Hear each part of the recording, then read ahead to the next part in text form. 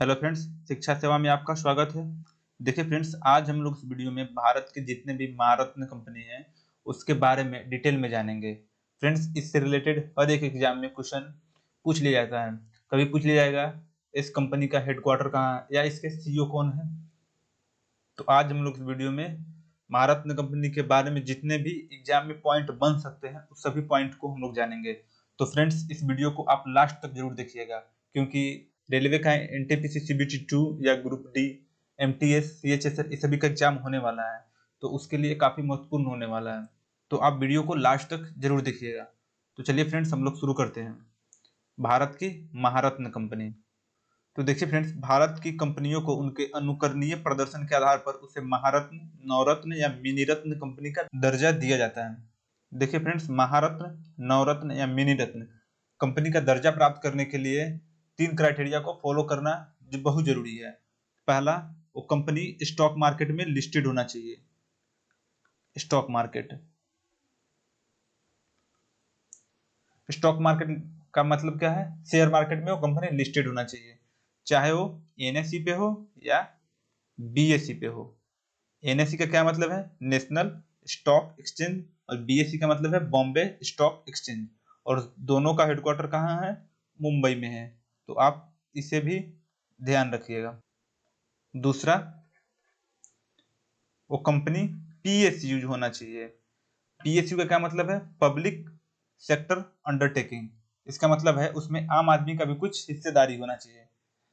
और तीसरा, उसमें केंद्र सरकार का 51% या इससे अधिक का हिस्सेदारी होना चाहिए। तो अगर इस तीनों क्राइटेरिया यानी मानदंड को फॉलो करता है तो उस कंपनी को महारत्न, नवरत्न या मिनी रत्न कंपनी का दर्जा दिया जा सकता है। और फ्रेंड्स, अभी तक महारत्न का दर्जा 10 कंपनियों को प्राप्त है, नवरत्न का 14 कंपनियों को, और मिनी रत्न का 74 कंपनियों को दर्जा प्राप्त है। तो इससे रिलेटेड आप इस बेसिक बात को ध्यान रखिएगा। अब हम लोग देखते हैं महारत्न कंपनी प्राप्त करने के लिए क्या क्या मानदंड है। तो अब हम लोग देखते हैं महारत्न कंपनी प्राप्त करने के लिए मानदंड। तो मानदंड क्या क्या है? पहला, औसतन 25,000 करोड़ रुपए का कारोबार होना चाहिए। तो ये है पर मंथ, कम से कम एक मंथ में 25,000 करोड़ का कारोबार होना चाहिए। दूसरा, कंपनी का औसत शुद्ध लाभ कम से कम 50,000 करोड़ का होना चाहिए, यानी एक साल में कंपनी को कम से कम शुद्ध लाभ 50,000 करोड़ होना चाहिए।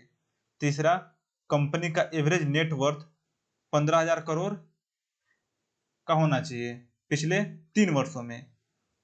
और चौथा, पहले से ही नवरत्न पीसीयू द्वारा महारत्न से सम्मानित किया जाना चाहिए। पीएसयू का क्या मतलब है? Public sector undertaking. तो ये अगर 4 क्राइटेरिया को फॉलो करता है तो उस कंपनी को महारत्न कंपनी का दर्जा दिया जा सकता है। तो अभी तक हम लोग किस कंपनी को महारत्न, नवरत्न या मिनी रत्न कंपनी का दर्जा दिया जा सकता है और महारत्न कंपनी का दर्जा प्राप्त करने के लिए क्या क्या क्राइटेरिया है यानी मानदंड है, उसको देखें। अब हम लोग देखेंगे जितने भी भारत में महारत्न 10 कंपनी है उसके हेडक्वार्टर कहाँ है और इसके सीईओ कौन है। तो चलिए हम लोग देखते हैं कंपनी, उसके हेडक्वार्टर और उसके सीईओ। तो देखते हैं हम लोग। पहला है एनटीपीसी लिमिटेड, जिसका ये सिंबल है। एनटीपीसी का क्या मतलब है? National thermal power corporation. यह एक ताप विद्युत संयंत्र है। दूसरा है गेल इंडिया लिमिटेड, जिसका यह सिंबल है। अगला है भारत हैवी इलेक्ट्रिकल लिमिटेड, यानी शॉर्ट में इसे भेल भी बोला जाता है। Steel authority of India limited, जिसे शॉर्ट में सेल भी बोला जाता है, यहाँ आप लोगों पे देख सकते हैं। और पांचवा है तेल और प्राकृतिक गैस निगम लिमिटेड, जिसे शॉर्ट में बोला जाता है ओएनजीसी, यानी oil and natural gas corporation limited. तो फ्रेंड्स, ये जो 5 कंपनी है इस सभी का मुख्यालय कहाँ है? दिल्ली में। इस पांचों कंपनी का मुख्यालय दिल्ली में है। अब हम लोग देखते हैं उसके सीईओ कौन है। तो पहला है एनटीपीसी। एनटीपीसी के सीईओ कौन है? गुरदीप सिंह।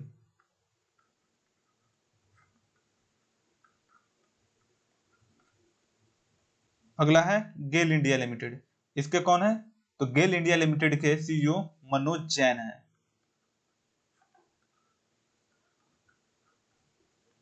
अगला है भेल यानी भारत हैवी इलेक्ट्रिकल्स लिमिटेड, इसके सीईओ है नलिन सिंघल।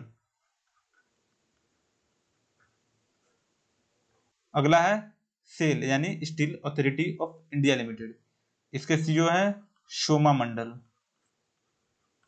जो 1 जनवरी 2021 को बनी है। तो फ्रेंड्स ये काफी महत्वपूर्ण है, इसका सीईओ आप याद रखिएगा, ये करंट अफेयर्स में भी आपसे पूछा जा सकता है। तो अगला है ओएनजीसी, ओएनजीसी के सीईओ कौन है? शशि शंकर। तो ये था पहला 5 कंपनी जिसके मुख्यालय दिल्ली में है। अब हम लोग जो 5 कंपनी और बचा है उसे देख लेते हैं। तो अगला 5 कंपनी है जिसमें छठा है इंडियन ऑयल कॉरपोरेशन लिमिटेड, जिसका सिंबल है। अगला है भारत पेट्रोलियम कॉरपोरेशन लिमिटेड, जिसका सिंबल है। अगला है हिंदुस्तान पेट्रोलियम कॉरपोरेशन लिमिटेड, जिसका सिंबल है। अगला है कोल इंडिया लिमिटेड, और last Power Grid Corporation of India Limited. तो friends Indian Oil, Bharat Petroleum और हिंदुस्तान पेट्रोलियम, इस तीनों का मुख्यालय कहाँ है? मुंबई में। आप ऐसे ध्यान रखिएगा जितने भी ऑयल यानी पेट्रोलियम वाले जितने भी कंपनी है उसका मुख्यालय मुंबई में है। अब हम लोग देख लेते हैं इसके सीईओ कौन है। तो पहला है इंडियन ऑयल, और इंडियन ऑयल के सीईओ कौन है? श्रीकांत माधव वैद्य। अगला है भारत पेट्रोलियम, तो भारत पेट्रोलियम के सीईओ कौन है? के पद्माकर। और अगला है हिंदुस्तान पेट्रोलियम, तो हिंदुस्तान पेट्रोलियम के सीईओ है मुकेश कुमार।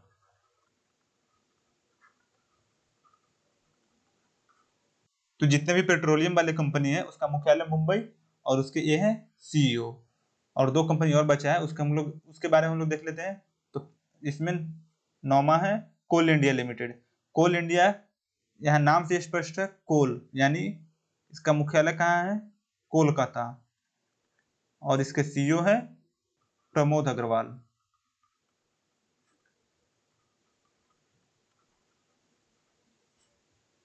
और लास्ट है पावर ग्रिड, इसका मुख्यालय है गुड़गांव में, और इसके सीईओ कौन है? के श्रीकांत।